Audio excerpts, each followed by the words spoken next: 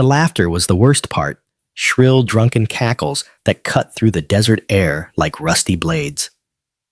Dust swirled in the dying light of late afternoon as three men stumbled into the excavation pit, their boots kicking over tools and scattering fragments of ancient pottery she had been carefully cataloging all day. One of them reached for her trowel, another yanked at the strap of her satchel, and the third leaned far too close, his beer-stained breath curling against her cheek. In front of the watching crew, their jeers and groping hands turned her workplace into a stage for their crude theater. Her name was Dr. Evelyn Carter, 34 years old, a brilliant archaeologist whose career had taken her from the wind-swept cliffs of Ireland to the sun-bleached sands of New Mexico. This dig site was her dream, an untouched ancestral Puebloan settlement buried for centuries beneath the desert floor.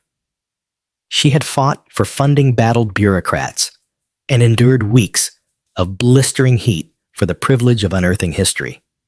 What she hadn't expected was to be treated like a sideshow by a trio of local men, with too much time, too much beer, and too little respect.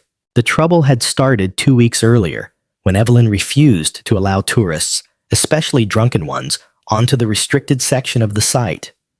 The three men, all locals from a nearby town, had taken offense, claiming she was hogging history and acting like she owned the desert. She had ignored their taunts at first, chalking it up to boredom and small-town gossip. But now, standing in the middle of her dig site as they pawed at her tools and muttered things they wouldn't dare say in front of their mothers, Evelyn knew this wasn't about archaeology anymore. One of them, a broad-shouldered man with a greasy ball cap, jabbed a finger toward her vest pocket. "Bet you got something shiny in there," he slurred, grinning at his buddies. "Why don't you show us, sweetheart?" His hand darted forward, fingers brushing her chest before she slapped it away. The crew shifted uneasily, but no one moved to help, not out of malice, but because they were stunned, unsure whether to step in or let her handle it. Evelyn's heart pounded, not with fear, but with a deep, simmering anger that curled tight in her chest. She had spent years proving herself in a field dominated by older men who assumed she wasn't strong enough to endure the work. She had endured sexism in faculty meetings, dismissive glances from museum boards, and countless patronizing remarks.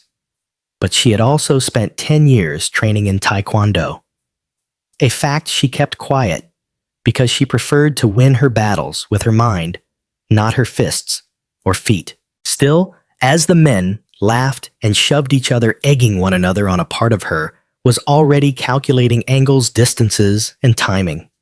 She could break the big one's knee with a side kick. The shorter one's grip could be peeled off her arm with a simple joint lock. And if the third came from behind, there were a dozen ways to drop him without even turning around. But not yet. Not here. Not in this moment. Revenge, she knew, was best served with precision, not impulse. She let them wander off that evening, hurling insults over their shoulders, confident she wouldn't stop them. She didn't. She simply knelt back down in the dust, brushing sand from an artifact, while her mind sharpened into something dangerous. By the time the sun dipped below the horizon, Evelyn had made a decision. If they came back, and she knew they would, she wouldn't just defend herself.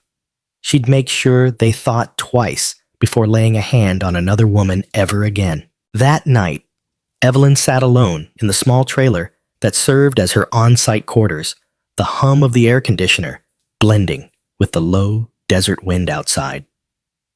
The day's humiliation replayed in her mind, not as a blur, but as a series of crystal-clear moments.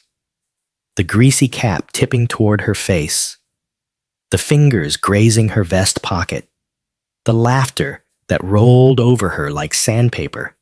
Each detail only tightened the coil inside her chest. She opened her laptop, not to send emails or log fines, but to pull up a video from years ago, her final belt test in Taekwondo. She watched herself on screen, moving with precision and speed, her black belt tied firmly around her waist. That young woman had been fierce, unshakable. Somewhere between the grant proposals, faculty meetings, and weeks of delicate excavation, Evelyn had let that part of herself fade into the background.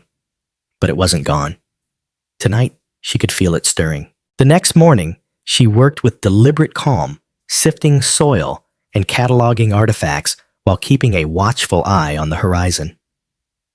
Every sound, the crunch of boots on gravel, the metallic clink of shovels, seemed sharper. Her crew noticed her silence, but no one commented. They'd seen enough yesterday to sense that she was working through something in her own way. By late afternoon, the sun was a burning coin in the sky, and the heat shimmered off the equipment cases. That's when she saw them.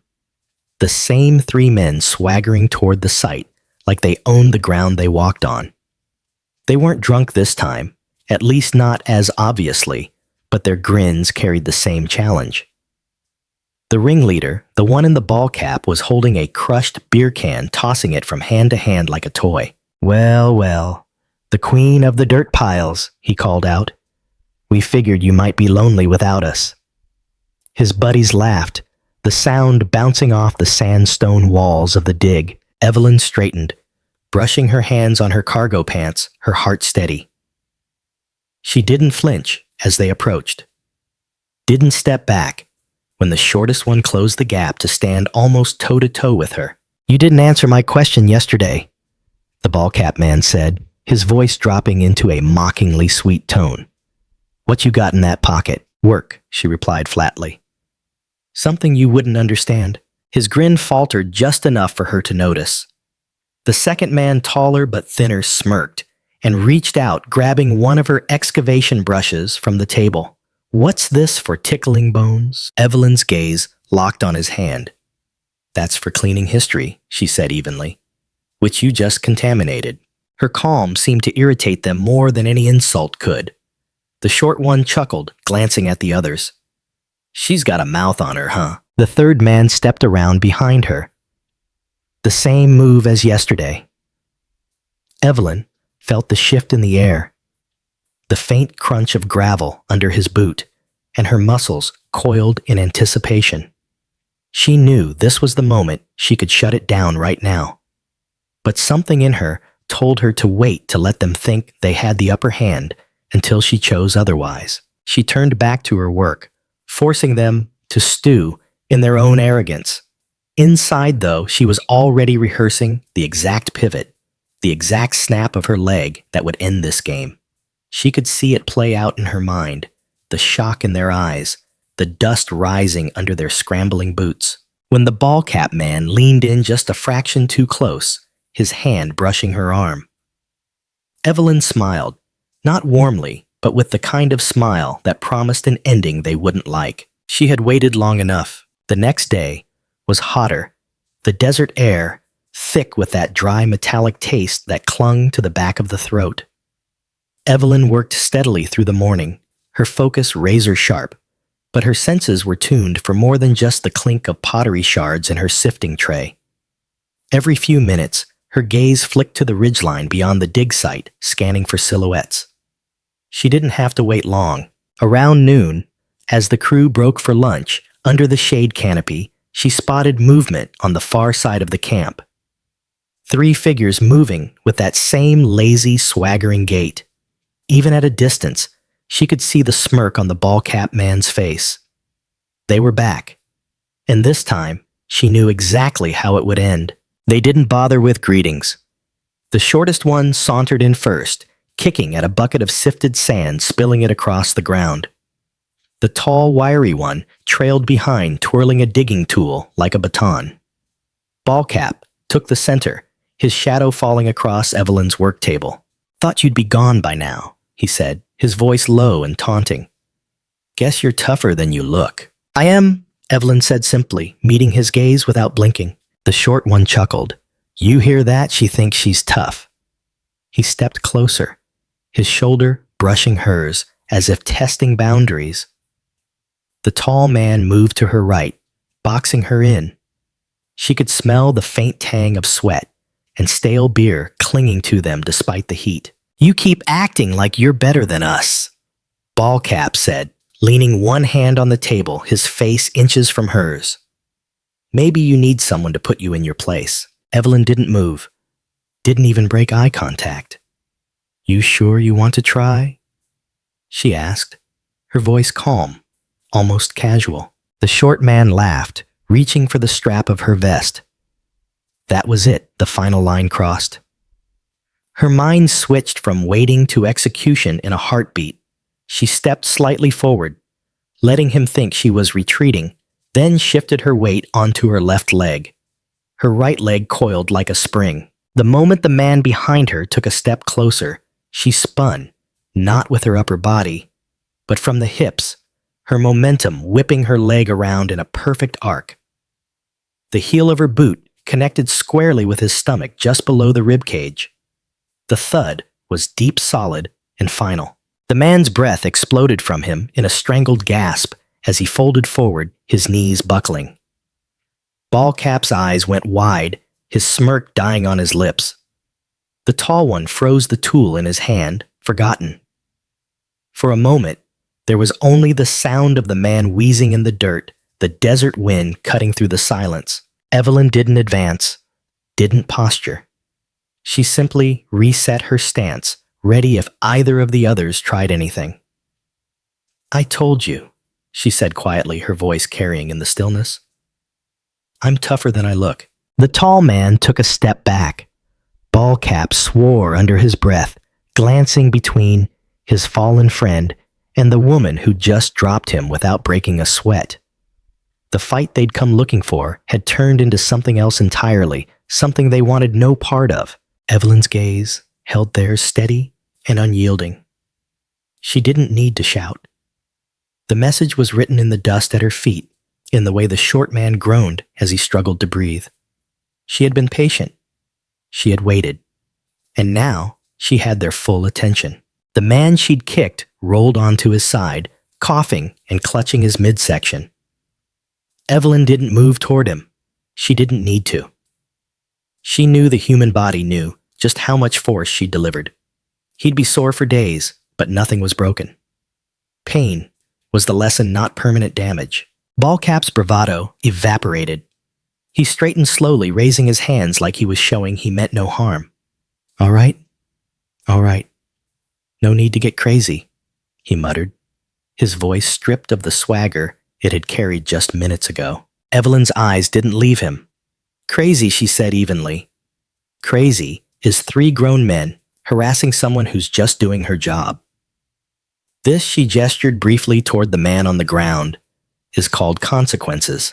The tall man took another step back, his tool dangling uselessly from his hand. "Man, let's just go," he urged under his breath, his eyes darting to the coughing figure in the dirt. But Ballcap hesitated. Pride was a stubborn thing, and his was wounded almost as badly as his friend's stomach. He shifted his weight, squaring his shoulders just enough for Evelyn to notice. She didn't change her stance, but her body was ready, knees loose, weight balanced, core tight. She could see the thought flicker across his face. Try something and find out.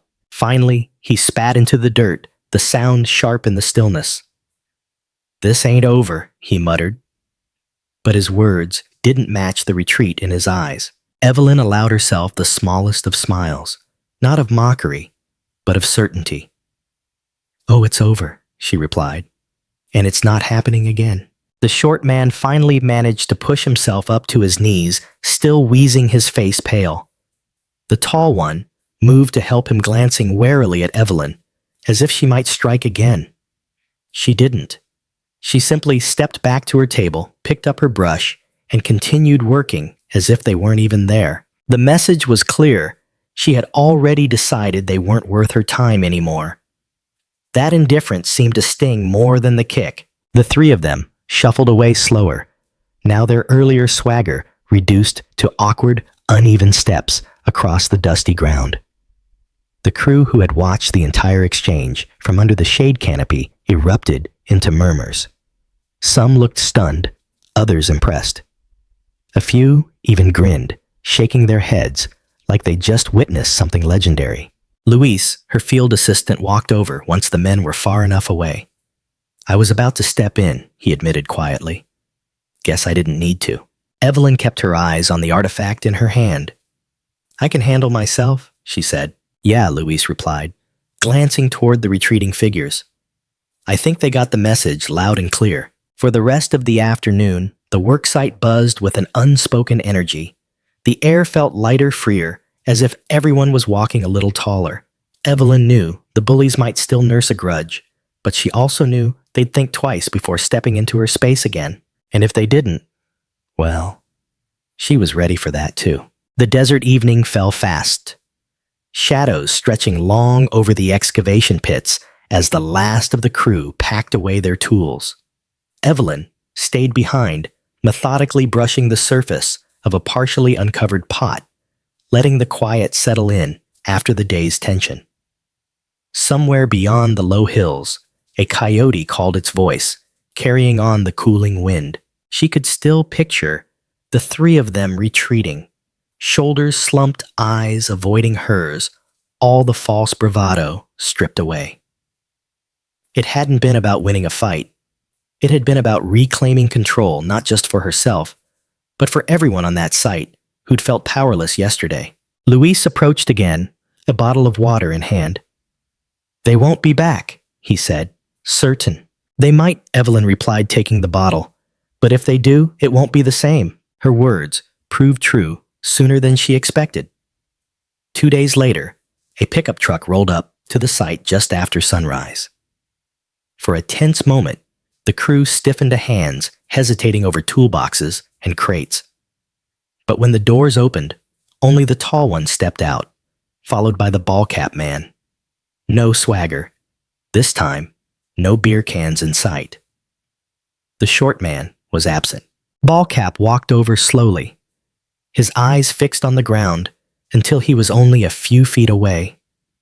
We came to say sorry," he muttered, each word sounding like it cost him. "Didn't mean for things to get like that." Evelyn didn't rush to respond. She set down her brush, stood, and looked him in the eye. "You meant it," she said plainly. "You just didn't think you'd face any pushback." He winced, but nodded. "Yeah, guess that's true." The tall one chimed in, voice low. "You fight like you've done that before." Evelyn allowed a faint smile.